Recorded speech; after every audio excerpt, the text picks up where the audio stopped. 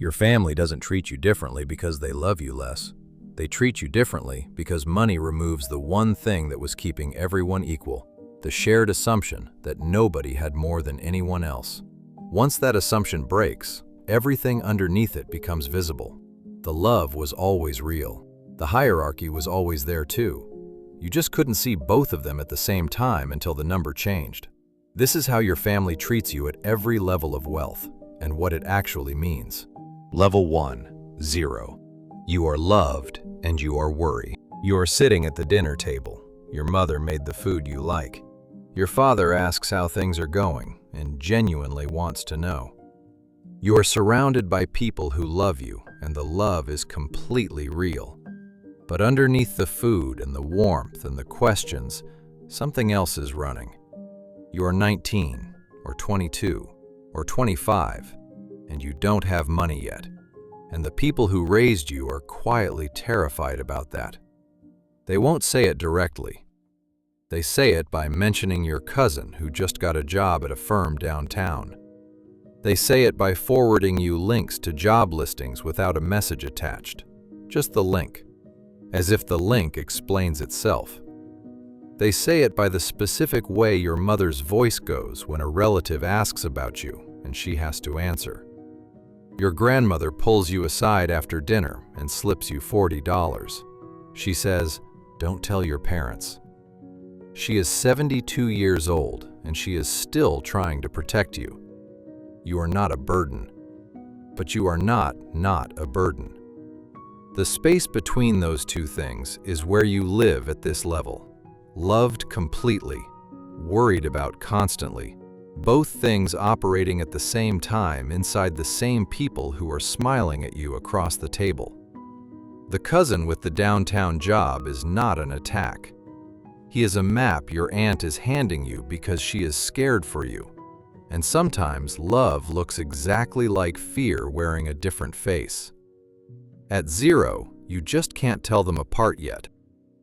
Level 2, 100K. You are the relief. Something changes. Not immediately. Across 2 or 3 family gatherings, gradually, like a room getting brighter so slowly you almost miss it. Your mother introduces you differently at a family get-together. Same son, same face, different sentence. There is something in her voice that wasn't there before, not just pride, but relief. The worry that was running underneath every dinner has loosened slightly. Your father starts telling you things he didn't before. Not advice, information. What's happening with the house, what a relative is planning, what he thinks about a decision the family needs to make. He is beginning, slowly, to treat you as someone whose presence in the conversation makes the conversation better. You chip in $150 toward the electricity bill one month, just once. The return on that $150 and how the house feels toward you is worth 10 times the amount.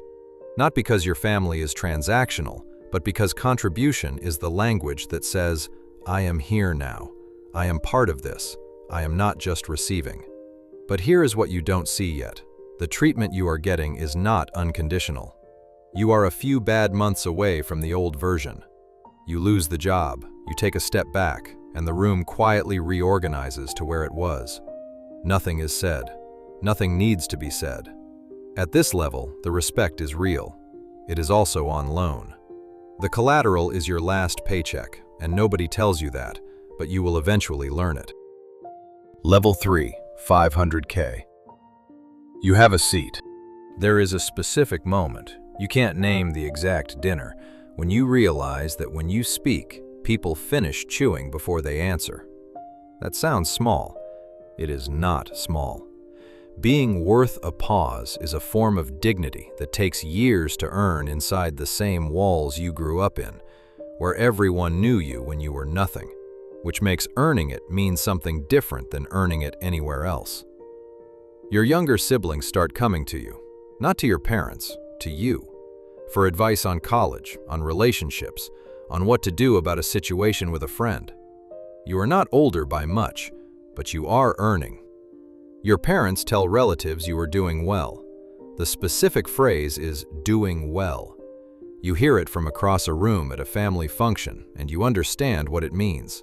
The file on you has been updated. You are no longer the open question. You are the answered one. And then the new pressure arrives, quietly, without announcement. A cousin's wedding, and everyone looks at you for a contribution. A family trip, and your name comes up first. An emergency, and the call comes to you before it goes anywhere else. You wanted a seat at the table. You got one. The seat comes with a bill attached, and the bill is not money. It's the expectation that you will always be the one who handles things. You wanted to be seen. Being seen and being depended on arrived together, and you didn't realize they were the same delivery. Level 4, 1 million. You are the call they make. It is a Wednesday afternoon. Your phone rings. It is your sister. She is crying before she finishes the first sentence. There is a situation. She needs $5,000. She has never asked you for money before. You say yes before you have finished deciding whether yes is the right answer. This is the level where you become the person the family moves toward when things break. Families move toward available resources the way water moves toward the lowest point. You are the lowest point now. It doesn't feel like being used. It feels like being needed. And needed, at first, feels like love. The first time you give money, it feels like love. The third time, it feels expected. By the fifth time, saying no feels like a betrayal of something. You're not sure what, but something real. You help your sister. You tell yourself it is a loan. There is no paperwork. There is gratitude and warmth, and a month later the warmth has settled back into the ordinary texture of your relationship, and the $5,000 is not mentioned again. You notice that you are not mentioning it either. You notice that you are keeping a number in your head that nobody else is keeping. A running total. What went where, in which direction, whether the word loan was used correctly or just as a courtesy to make you feel better about giving it. You don't want to be keeping this accounting. You are keeping it anyway. This is not resentment.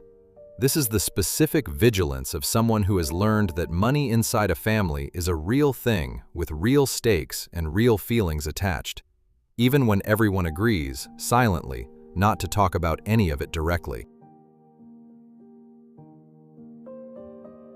Level 5, 3 million. You are the structure. You pay the mortgage, or the car payment, or the college tuition for your younger sibling, or your parents' medical bills, maybe all of it. You didn't plan to become the structure the house runs on.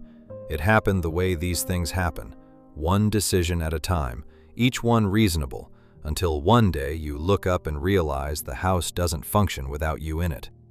Your father defers to you now on decisions he would have made alone 5 years ago, not because he became less of a man, because the house has reorganized itself around where the money comes from, the way it always does, the way it did when he was the earner and you were the kid who got the $40 from grandma under the table. This should feel like power. Sometimes it does.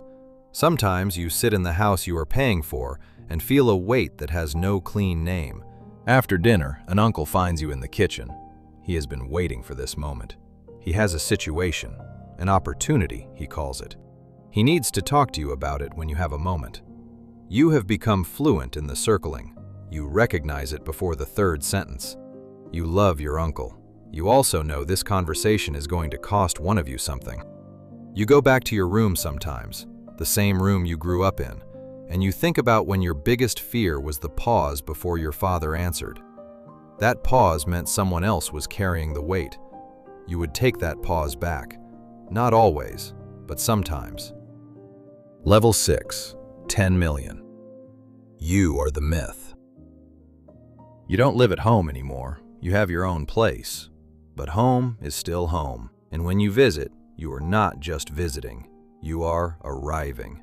The good dishes come out. Your favorite food appears. The younger cousins are pointed at you from across the room by their parents. See him. Be like him. And you are standing there holding a drink, feeling like a lesson in a subject you didn't sign up to teach. You are no longer a person at family gatherings. You are evidence. Evidence that it is possible. Evidence that someone from this family, this neighborhood, this background made it. Your existence at this level carries a function, and the function is hope, which is a beautiful thing to provide and an exhausting thing to be. There is a specific isolation that comes with this that nobody makes a video about. You are surrounded by people who love you. You are also surrounded by people who are relating to your success, and not many who are relating to you, the version of you that is tired or uncertain or sitting with a problem that has no clean answer. That version doesn't fit the room, so you carry it alone and show them the version that confirms what they need to believe. One night, your father pulls you aside, just the two of you, somewhere quiet, and he says something he has never said before. Not, "I'm proud of what you've done." He says, "I'm proud of who you are." You can hear the difference. It takes him until now to say it, and it only happens because the success gave him permission to say it without it sounding like he was just saying it because you needed to hear it. The money did not create that moment, it unlocked it. That moment is worth more than every dollar that led to it. You will think about it for years. Level 7, 30 million. You are the thing they navigate. Your cousin is getting married. You are invited. Of course you are invited. But before the invitation, there is a conversation about your presence that happens without you, about the venue, the dynamics, who else will be there, how they will feel about what you have become. You find out about this conversation later, secondhand, the way you find out about most conversations at this level, after they have already happened and already shaped something. You don't just enter rooms anymore. The room adjusts before you arrive. Conversations shift. Energy reorganizes. People become slightly more careful about what they say. You stopped being relatable without trying to. At a family dinner, smaller, just the immediate family, the people who knew you before, your nephew sits next to you. He is 9. He talks to you for 25 minutes about a video game. He doesn't know what you do. He doesn't know what the numbers mean. He just knows you are his uncle, and you listen when he talks. You give him your full attention. It is the most present you have felt all day. You think, this is the thing that money cannot touch in either direction.